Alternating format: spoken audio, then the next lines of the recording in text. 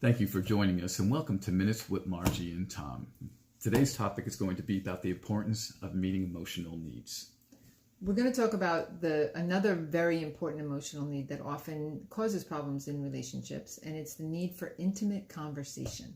Intimate conversation.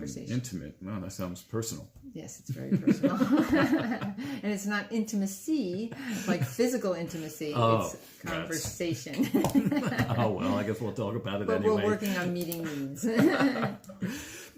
Intimate conversation can mean a lot of things to a lot of different people, of course, but it really is a feeling of sharing, maybe personal experiences, which I know a lot of times us guys have a hard time expressing.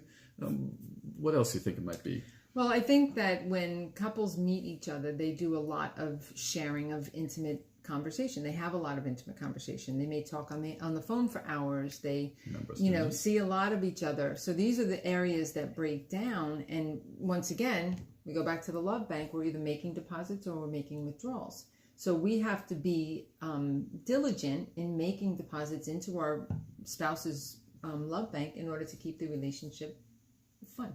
But sometimes, being in a relationship over a period of time, we're not even sure what intimate conversation is. I know a lot of us guys, we just fall into complacency and just have questions. This broke, that needs to be repaired. I need to deal with this to get this result. Right. And conversation just in general is not necessarily meeting the need. So that's why we really strongly recommend that you go to marriagebuilders.com and you print out the emotional needs questionnaire, and you and your spouse both answer all the questions. So at the end of the questionnaire, it has you identify the top 5. Oh, 5. That's an easy number. I can count to 5. It may be easy to number them, but it's not so easy to do them. That's a whole nother ball. It's just you have to commit. Right there. Yeah, you have to commit to putting in the time to build your love banks. We wanted to give you a few examples. So we are going to use Dr. Willard Harley's questionnaire and work with us on this, okay? So when you answer the questionnaire, it talks about things. It helps you identify what gets in the way or what's good about it. Like one of the questions is, if your answer is no to, do you like the way your spouse meets the need for intimate conversation or not? So the answer is yes or no, right? If the answer is no, which of the following aspects can your spouse work on? So what's great about this tool is it gives you actual information. It actually tells you what the other person can do. So why don't you tell them what the positive ways that people can do intimate conversation? Well, there's a lot of them, like getting to know your spouse again. How many times in a relationship we fall into complacency, especially us guys, and we really don't know how they've changed, even how we've changed, let alone tell them how we've changed. Well, we think I grew a beard.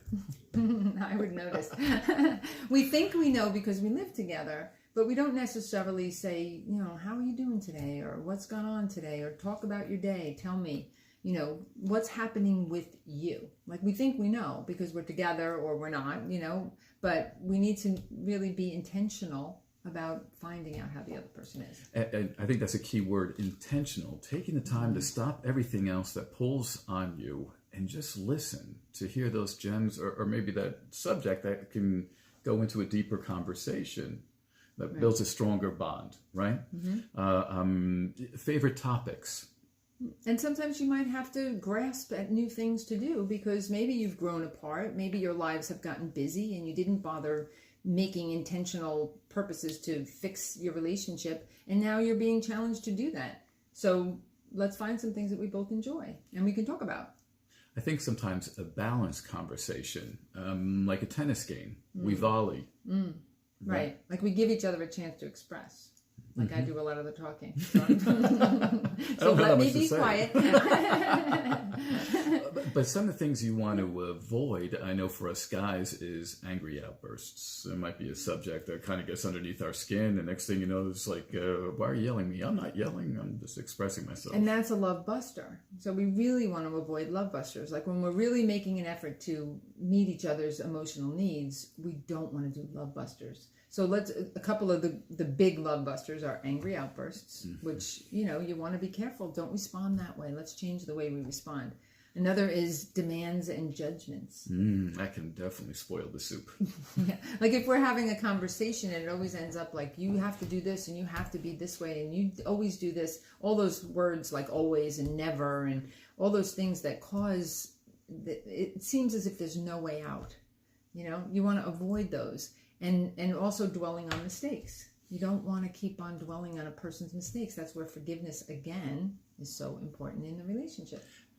And practice. Everybody is mistakes. It's going to happen. It's working at it and trying to be aware of it, forgiving once again. And you're building new muscles, right? We're building a relationship. We're working on the relationship. We're getting this opportunity to do this, right? And so these are great tips for how to improve your relationship, especially during quarantine. So we hope this helps a little bit. And to contact us, please visit us at www.counselwithchrist.com or on our Facebook page. Thanks for visiting us, and we'll talk to you soon. Have a great night.